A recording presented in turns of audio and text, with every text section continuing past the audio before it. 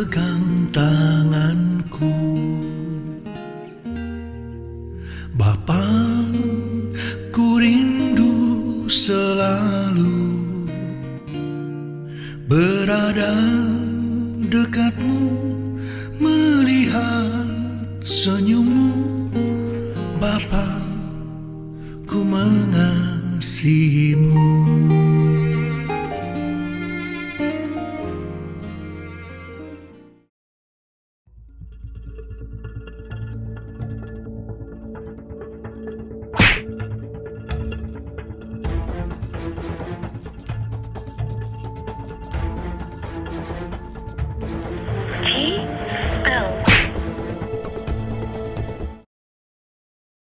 Pergi ke pasar belanja ikan. Cakep. Lupa juga membeli terasi. Asik. Puji syukur kita ucapkan. Asik. Bisa berjumpa lagi di hari ini. Cakep. Shalom teman-teman, selamat datang di episode pertama dari podcast terbaru kami. Tak kenal maka tak sayang. Maka dari itu, berikanlah kami waktu untuk memperkenalkan diri terlebih dahulu.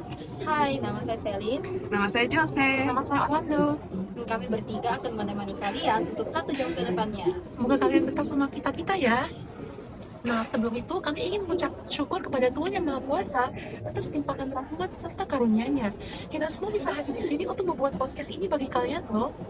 Hey guys, kalian ada dengar tidak kasus Ahmad Sony yang tahun lalu? Gimana nih? Cerita dong. Nah, jadi begini. Jadi di Indonesia itu sebenarnya narkoba itu sudah bukan hal yang langka ya guys. Nah, pada tahun 2023 sempat ramai karena kasus Ahmad Sony. Dia ditangkap pakai narkoba untuk ketiga kalinya. Wah, masih sih. Ya, jadi Ahmad Sony itu ternyata memakai narkoba karena dia mendapatkan tekanan dari stres kerja dan juga karena ada banyak masalah rumah tangga. Itu ya. Iya. Nah, ketika kita membicarakan tentang narkoba, penting untuk kita memahami betapa seriusnya masalah ini di masyarakat kita. Nah, narkoba akhir ini dia sudah menjadi lebih gampang diakses dan bisa memberi banyak dampak buruk ke masyarakat. Nah, karena itu mengapa penting untuk kita mengetahui ini? Penting juga ya. Nah, dari data pusat penelitian data dan informasi BNN, pada tahun 2021 lebih dari 4,8 juta loh. 4,8 juta. Iya, 4,8 juta orang di Indonesia terpapar atau telah menggunakan narkoba. Angka yang meningkat ini itu dari tahun sebelumnya. Wah, banyak juga ya ternyata yang sudah terlibat narkoba. Iya betul. Yang mengejutkan lagi itu adalah bahwa sebagian besar dari orang terlibat dalam narkoba karena pengaruh dari teman-teman mereka. Jumlah presentasi mencapai 88,4%. Wah, Ternyata lumayan banyak ya orang di Indonesia sudah mencoba. Iya, sudah mencoba mengonsumsi ataupun mengendarakan narkoba. Nah, jika ini terus dilakukan, lama-kelamaan akan berdampak buruk sekali bagi negara kita. Tentu saja tuh dampak-dampak negatif akan terjadi jika kita tuh menyalahgunakan narkoba gitu. Jadi untuk kalangan siswa seperti kita tuh kesempatan belajar bagi kita akan hilang dan kemungkinan besar bisa drop out. waduh, sangat Gila banget, disayangkan ya. Kalau murid terlibat narkoba, nanti masa depannya kita bisa hilang. Ya juga nih, sayang sekali. Nah, kalau masyarakat lainnya bagaimana? Saya juga rasa bahwa penggunaan narkoba juga bisa mengakibatkan relasi keluarga yang buruk apabila pelakunya adalah orang tua ya kan. Nah, mereka akan terlalu sibuk mencari narkoba sehingga mereka tidak bisa memenuhi kebutuhan anak seperti menyediakan makanan atau kesehatan mereka. Nah, hal ini juga sangat tampak negatif kepada mental anak dewasa ya. Nah, betul banget sih saya rasa nih. Tapi untungnya teman-teman, Indonesia ini sudah tidak asing lagi dengan narkoba. Karena itu, pemerintah telah mendeteksi narkoba sebagai ancaman bagi negara kita. Jadi dia telah membuat lembaga organisasi untuk mencegahnya. Kalian tahu BNN tidak? Apa tuh banget? Oh, jadi begini. Bagi teman-teman yang belum tahu, BNN adalah lembaga yang dibentuk oleh pemerintah untuk melacak kasus-kasus narkoba sehingga tidak terulang lagi. Jadi jika BNN itu mendapatkan laporan, langsung dia mulai penyelidikan dengan bekerja sama dengan pihak kepolisian. Wow. Selamat datang ke segmen apa yang masyarakat akan buat. Nah, untuk masalah narkoba nih Selin, kira-kira apa yang masyarakat Indonesia telah buat untuk menghentikan penyalahgunaan narkoba? masyarakat Indonesia telah menyadari betapa bahayanya penyalahgunaan narkoba kan. Nah, dengan ini mereka tuh telah menerapkan beberapa strategi untuk mengatasinya. Jadi indikator partisipasi masyarakat Indonesia tergolong tertinggi sebesar 72,4%. Nah, masyarakat telah melaksanakan strategi seperti menyampaikan saran kepada pemuda-pemuda agar mereka tidak segampang itu terjerumus ke dalam penyalahgunaan narkotika. Nah, dengan cara menyampaikan saran kepada BNN, warga-warga juga sudah mengadakan sebuah sosialisasi untuk para penyalahguna narkoba. Nah, Wah, pemerintah sudah melakukan usaha yang baik ya, namun belum ada yang berhasil mengatasi akar permasalahannya. saya sih setuju banget. Nah, pemerintah tuh telah melakukan pekerjaan yang baik ya, tapi masih belum cukup karena BNN tuh hanya fokus kepada penjaringan pengguna narkoba. Oh iya, saya mengerti sih maksud kalian. Nah, masalah utamanya adalah banyaknya penyalahgunaan narkoba itu terjadi di Indonesia karena kurangnya kesadaran akan dampak narkoba. Nah, seringkali orang menggunakan narkoba karena adanya ini efek relaksasi, tetapi tidak pernah disadari oleh banyak orang bahwa ada banyak efek samping lain yang lebih buruk bagi tubuh kita. Tapi menurut saya sih, cara untuk mengatasi masalah ini adalah dengan memulainya melalui pendidikan. Nah, hal ini dapat dicapai karena jika kita menjadikan ini pembelajaran wajib di sekolah, itu bisa mendidik generasi-generasi muda Indonesia. Nah, pemerintah Inggris telah melakukan ini di beberapa sekolah-sekolah mereka. Nah, dan setelah penelitian 4 tahun, dapat dilihat bahwa yang telah diadakan di sekolah mereka jadinya lebih tahu tentang narkoba, dan juga persentase untuk mereka menolak narkoba itu lebih tinggi juga. Jadi jika program ini diterapkan di Indonesia, ya saya rasa hal ini dapat menyebabkan generasi baru akhirnya bisa sadar tentang bahayanya narkoba dan tidak ingin menyalahgunakannya lagi. Gila sih, kayaknya bagus banget ya. Tapi bahas ini semua saya jadi teringat sih. Kalian tahu gak isi 1 Korintus 6 ayat 19? Waduh, enggak, saya kurang tahu sih. Jelaskan dong. Nah, jadi begini. 1 Korintus 6 ayat 19 tuh isinya, atau tidak tahukah kamu bahwa tubuhmu adalah bait Roh Kudus yang diam di dalam kamu. Nah, Roh Kudus yang kamu peroleh dari Allah, dan bahwa kamu bukan milik kamu sendiri. Tapi apa hubungannya ayat ini dengan narkoba, Jose? Ini. Nah, 1 Korintus 6 ayat 19 ini menjelaskan memang tubuh kita bukan milik kita, namun milik Tuhan, dan bahwa ada Roh Kudus yang hidup di dalam tubuh kita. Nah, oleh karena itu kita harus hati-hati untuk memilih apa yang masuk ke tubuh kita. Kita harus memasukkan hal-hal yang berdampak baik untuk tubuh kita. Narkoba adalah salah satu contoh hal yang negatif yang orang lain biasa konsumsi, tetapi kita tidak boleh masukkan tubuh kita. Oleh karena itu, kita tidak boleh menyalahgunakan narkoba dan harus tetap menjaga kekudusan tubuh kita. Begitu ya.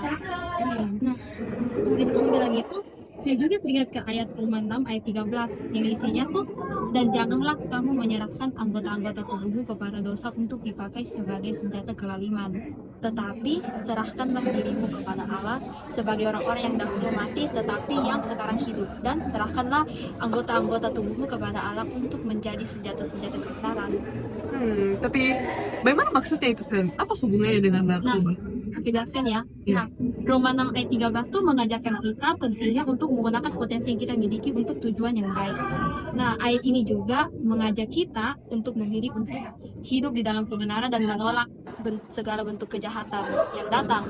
Nah, hubungannya dengan ketahanan nasional itu pentingnya bagi kita untuk menjaga integritas dan kebenaran kita sebagai warga negara Indonesia untuk memperkuat moral dan ketertiban bangsa lain seperti kita. Nah, dengan ini juga narkoba juga bisa merusak moral bangsa.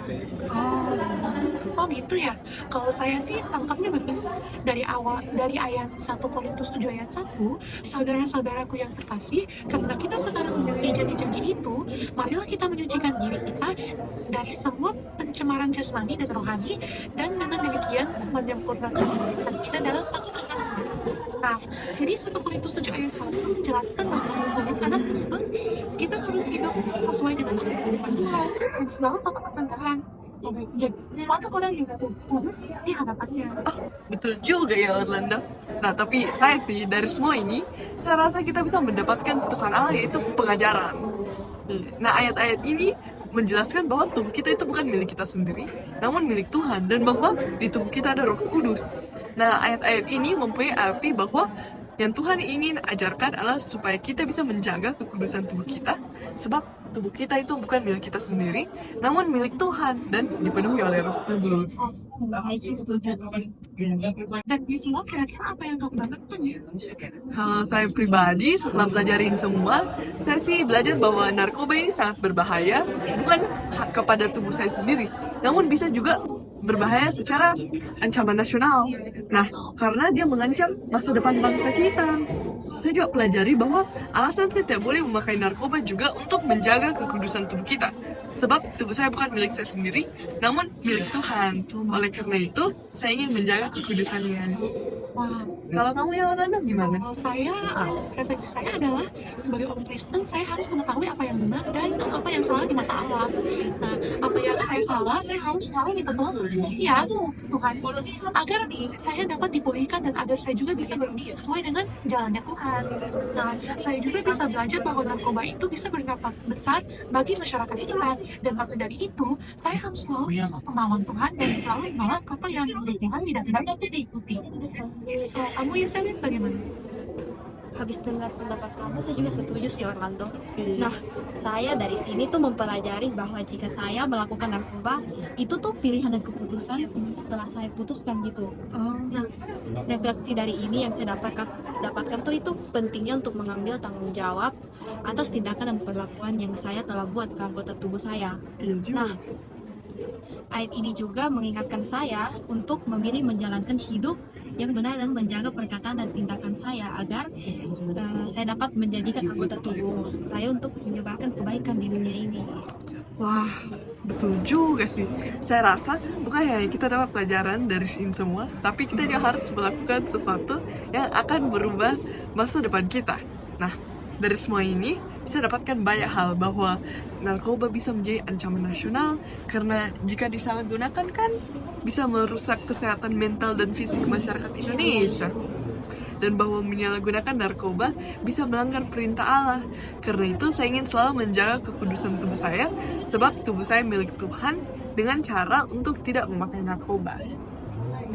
Nah, yang saya dapatkan tuh adalah untuk memantau penggunaan anggota tubuh kita di kehidupan kita dan tidak memakainya untuk hal-hal buruk seperti yang menggunakan narkoba, karena memakai narkoba bisa mengalir ke banyak situasi yang buruk kan.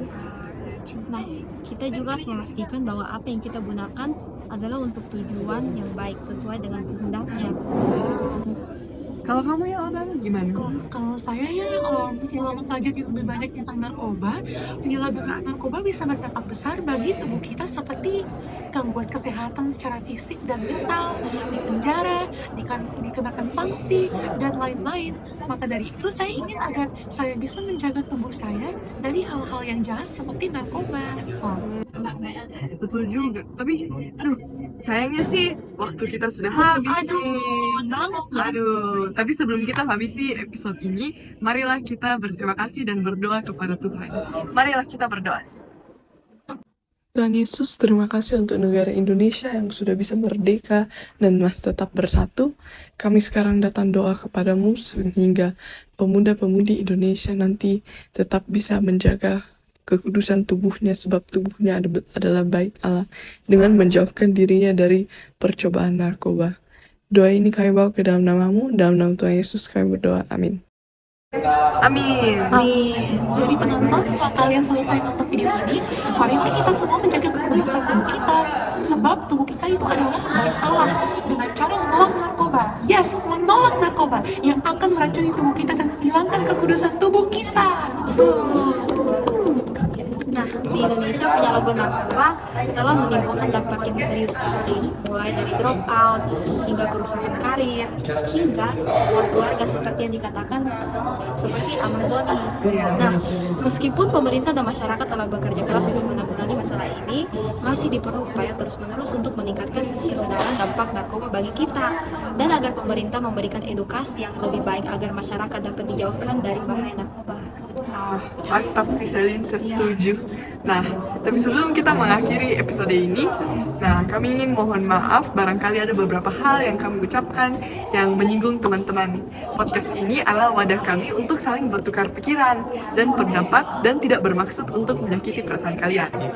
Nah, kepada semua pendengar setiap podcast kami ingin mengucapkan terima kasih banyak. Kami sangat bersyukur atas setiap waktu yang kalian luangkan untuk mendengarkan konten kami. Nah, betul juga. Nah, sebelum kita selesaikan episode ini, mari kita dengar pantun lagi satu kali. Anak kecil duduk di depan papan, Cakep. memakai dasi dan juga celana. Puluhan menit berdiri di depan. Semoga ceramah kami memberi makna. Cakep. Terima kasih sudah mendengarkan podcast kami. Semoga podcast yang kami buat bisa bermakna dan bermanfaat bagi kalian semua. Sampai Sampai jumpa di episode selanjutnya.